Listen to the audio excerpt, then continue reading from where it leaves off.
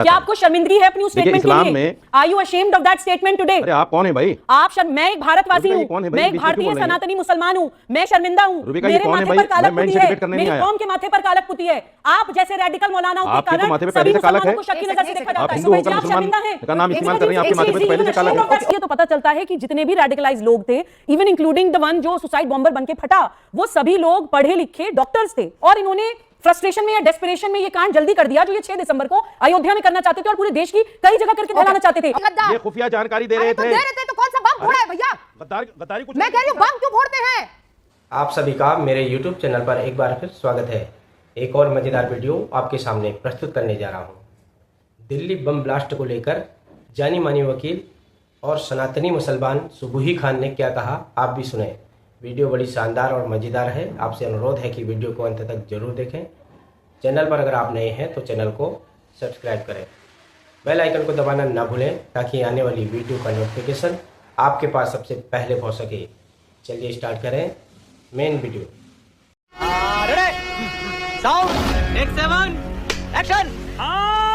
मैं स्तब्ध भी हूँ, मैं दुखी भी हूँ और कई बार इस तरह की फीलिंग आती है कि हम लोग, आपके जैसे लोग, मेरे जैसे लोग या स्क्रीन पर और जो लोग हैं, जो लोग अपने देश से बहुत प्यार करते हैं और दिन रात एक कर देते हैं अपने देश के लिए काम करने के लिए, सेवा करने के लिए, हम सभी लोगों के कामों पर इस तरह की रेडिकलाइज सोच आकर जब पानी फेरती है ना, तो ये कलेक्टिव फेलियर हमारा भी हो जाता है।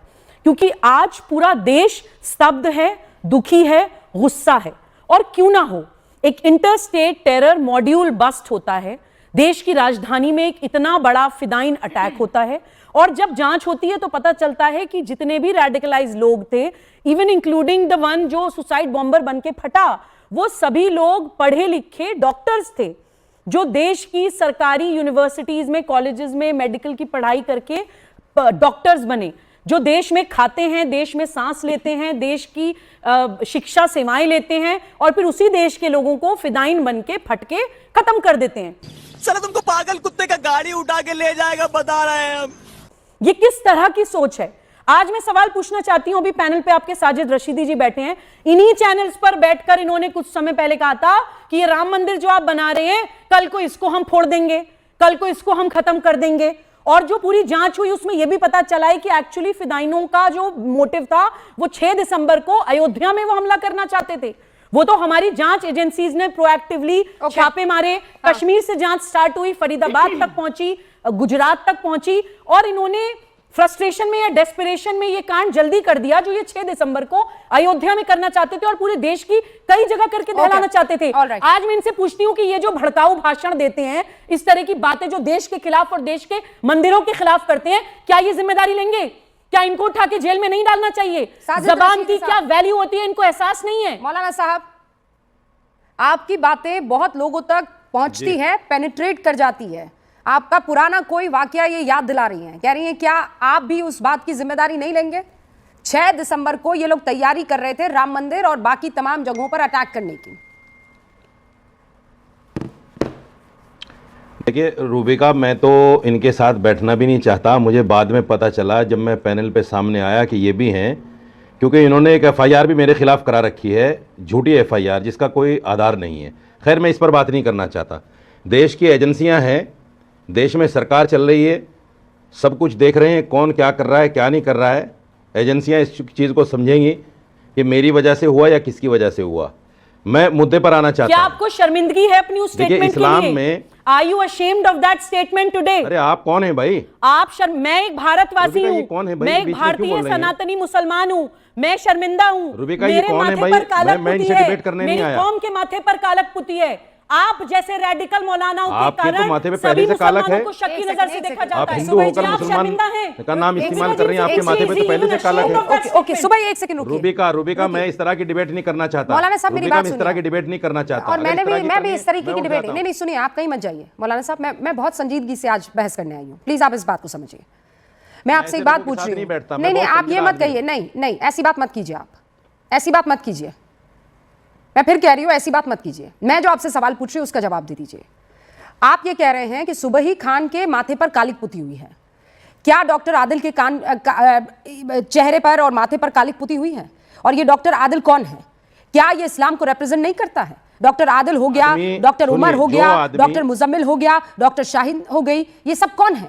रूबिका, जो आदमी मुझे बाकायदा लाल किले हमले से जोड़ने की कोशिश कर रहा है, तो क्या मैं उसको ये भी ना कहूं? उन्होंने खुद कहा कि हमारे माथे पे काला पुती हुई है ना?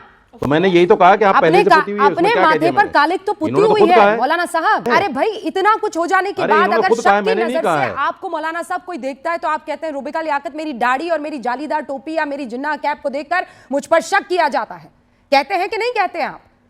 नहीं, शक करो मेरे ऊपर, आप शक करो, क्यों, कौन मना कर रहा है? अरे तुम्हारी खोपड़ी में भेजा है कि भजिया है? अरे भाई क्यों कीजिए मेरे ऊपर, क्यों शक करें आप पर? मैं कह रही हूँ इसके लिए जिम्मेदार कौन है? इसके लिए जिम्मेदार शक करने वाला पैनल में बैठकर आपके सामने शक हो रहा है। अरे मौलाना साहब, शक के लिए पैनल में बैठकर एक औरत ये कह रही है कि मास्टरमाइंड है ये, वो डॉक्टर मुझे मास्टरमाइंड साबित करने की कोशिश कर रही है वो। उमर है। रूबिका, आपने इनको एक बार भी नहीं टोका कि इनको आप हमले से क्यों जोड़ रही हैं? एक बार भी नहीं टोका आपने। मैंने कहा कि आप इन्होंने जोड़ दिया मुझे हमले से। क्या आपने वो स्टेटमेंट नहीं बोली थी? इन्होंने मुझे जोड़ दिया हमले से। क्या आपने वो स्टेटमेंट नहीं बोली थी? रूबिका जी सिर्फ इतना कह रही हैं कि डिसोन कर देने से नहीं होगा, हमें ये मानना पड़ेगा कि ये हमारी कौम है, हमें ये मानना पड़ेगा कि ये हमारे रेडिकलाइज्ड बच्चे हैं। You made your point. Maulana Sajid Rashidi, please अपनी बात रखिए। मेरे 4 और मेहमान अभी इंतजार कर रहे हैं और बहुत से लोग हैं जो आज आप लोगों को सुनना चाहते हैं। आपने इनसे 2 बार कह दिया, ये फिर भी नहीं मान रही है, फिर बोलेंगे मेरे बीच में। खैर, मैं पॉइंट पर आ रहा हूं। देखिए, इस्लाम में अपने आप को जलाकर मारना, पानी में कूदकर डूबकर मर जाना या सुसाइड बम्बर बन जाना, इस्लाम में यह खुदकुशी है जो बिल्कुल हराम है, बिल्कुल हराम है। और इस्लाम में यह भी कहा गया कुरान में कि अगर कोई आदमी एक गुनाह को कत्ल करता है, वो ऐसा है जैसा उसने सारी इंसानियत को कत्ल कर दिया। तो जिस इस्लाम में इतनी खूबसूरत बातें हैं, उसका मानने वाला सुसाइड बम्बर कैसे बन सकता है? आप बताइए ना कैसे बन सकता है? उसका मानने वाला लोगों की नाहक लोगों की जान कैसे ले सकता है? आप बताइए ना कैसे हो रहा है ये? मैं तो नहीं मानता। सुबह जी प्लीज, मैं तो नहीं मानता कि मुसलमान होंगे। रुकिए रशीदी साहब, इनको कब्रिस्तान नसीब होना चाहिए कि नहीं? डॉक्टर मुजम्मिल को, डॉक्टर उमर को, ये डॉक्टर शाहीन को, ये जितने भी यहां पर ये डॉक्टर आदिल को, इन सबको होना चाहिए कब्रिस्तान नसीब? देखिए, एक सवाल आपने रेस किया था अतीक भाई के सामने, वो जवाब नहीं दे पाए, मैं जवाब दे देता हूं। आपने कहा हिंदू क्यों पाकिस्तान से प्रेरित नहीं होते, पाकिस्तान के लोगों से। एटीएस ने जिन लोगों को पकड़ा है उनके नाम गिनवा देता हूं मैं, एक लंबी फहरिस्त है, 5-10 के नाम पढ़ देता हूं।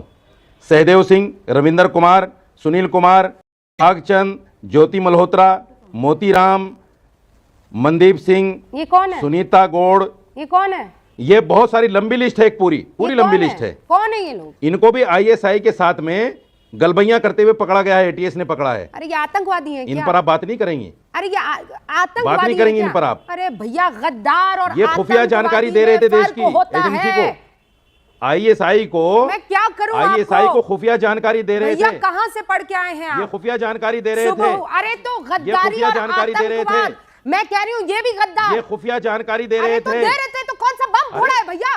गद्दारी कुछ, मैं कह रही हूँ बम क्यों फोड़ते हैं?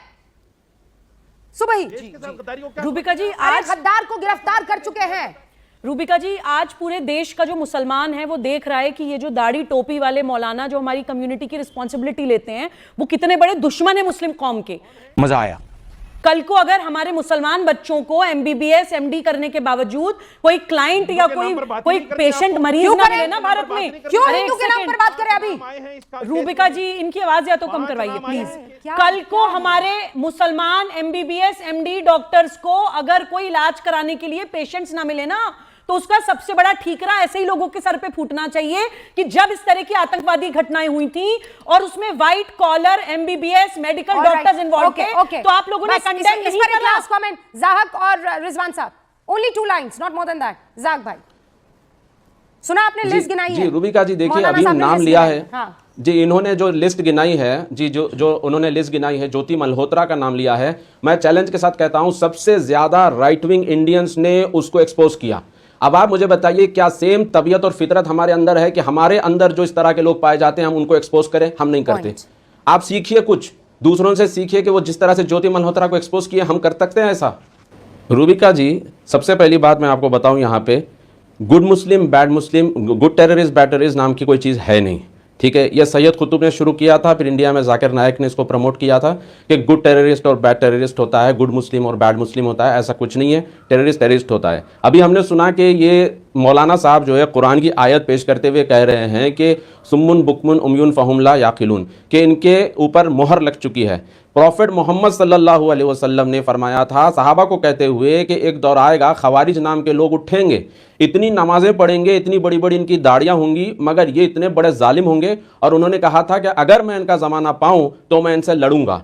मगर हमारा प्रॉब्लम ये है कि हम इन खवारिज से लड़ने के बदले हम इनको कवर अप करते हैं, हम इनको कवर फायर देते हैं। कभी कहते हैं नहीं नहीं ये जो है पॉवर्टी की वजह से हुआ है, कभी कहते हैं नहीं ये जो है इनके साथ नाइंसाफ़ी हुई है। अब आप मुझे बताइए, जो डॉक्टर अहमद है इसके साथ क्या नाइंसाफ़ी हुई? इसको इंडिया जैसे कंट्री में जहाँ पर सबको इक्वल अपॉर्चुनिटी दी जाती है, इसको इक्वल अपॉर्चुनिटी मिली। ये कॉलेज में पढ़ा, चाइना गया, वहाँ से MBBS किया, वापस आया, किसी भी किस्म की नाइंसाफ़ी इसके साथ नहीं हुई। असल प्रॉब्लम और असल मुद्दा ये है, ये जो बीमारी हमारे अंदर है कि नहीं हम हुकूमत इलाहिया कायम करेंगे, हम जो है दुनिया में इस्लामी हुकूमत कायम करेंगे, हम जो है यहाँ पर निज़ाम मुस्तफ़ा कायम करेंगे। हालांकि बहुत बड़े आलिम शेख रबी ने कहा था कि हमारा काम मुसलमान होने के नाते ये है ही नहीं कि हम हुकूमतें पलटाएँ, तख्त पलट करें, हुकूमतों के पीछे भागें, बल्कि हमारा काम सिर्फ ये है कि हम अल्लाह के बंदों को अल्लाह से जोड़ें। ये छोड़कर हम सिर्फ इसी के पीछे लगे रहते हैं। और ये जो अटकल पंचू बातें हम करते रहते हैं कि नहीं ये गरीबी की वजह है, ये वजह है, वो, ये सब बेकार बातें हैं। प्रॉब्लम बहुत डीप रूटेड है, आइडियोलॉजिकल प्रॉब्लम है। और आप देखिए जम्मू एंड कश्मीर में जमात इस्लामी को बैन किया गया, सऊदी अरब, UAE, बहरीन जैसे कंट्रीज में जमात इस्लामी मौदूदी के लिटरेचर को बैन किया गया। मैं चाहता हूं कि इंडिया में भी ये बैन हो और इस तरह की जो फिक्र और नज़र है इसको भी बैन किया जाए। और ख़ास तौर पर हमारे पास जो ओनिंग ऑफ द प्रॉब्लम नहीं है, हम प्रॉब्लम को ओन अप नहीं करते, हम जो है उसको डिफ्लेक्ट करते हैं, कभी RSS के ऊपर ढकेल देते हैं, कभी ज़ायनिज़्म के ऊपर ढकेल देते हैं, कभी इसराइल के ऊपर ढकेल देते हैं। अब आप मुझे बताइए सूडान में कौन सा RSS और BJP है? कैसी लगी आज की वीडियो कमेंट करके ज़रूर बताएं। मिलते हैं अगली वीडियो में, तब तक जय श्री राम।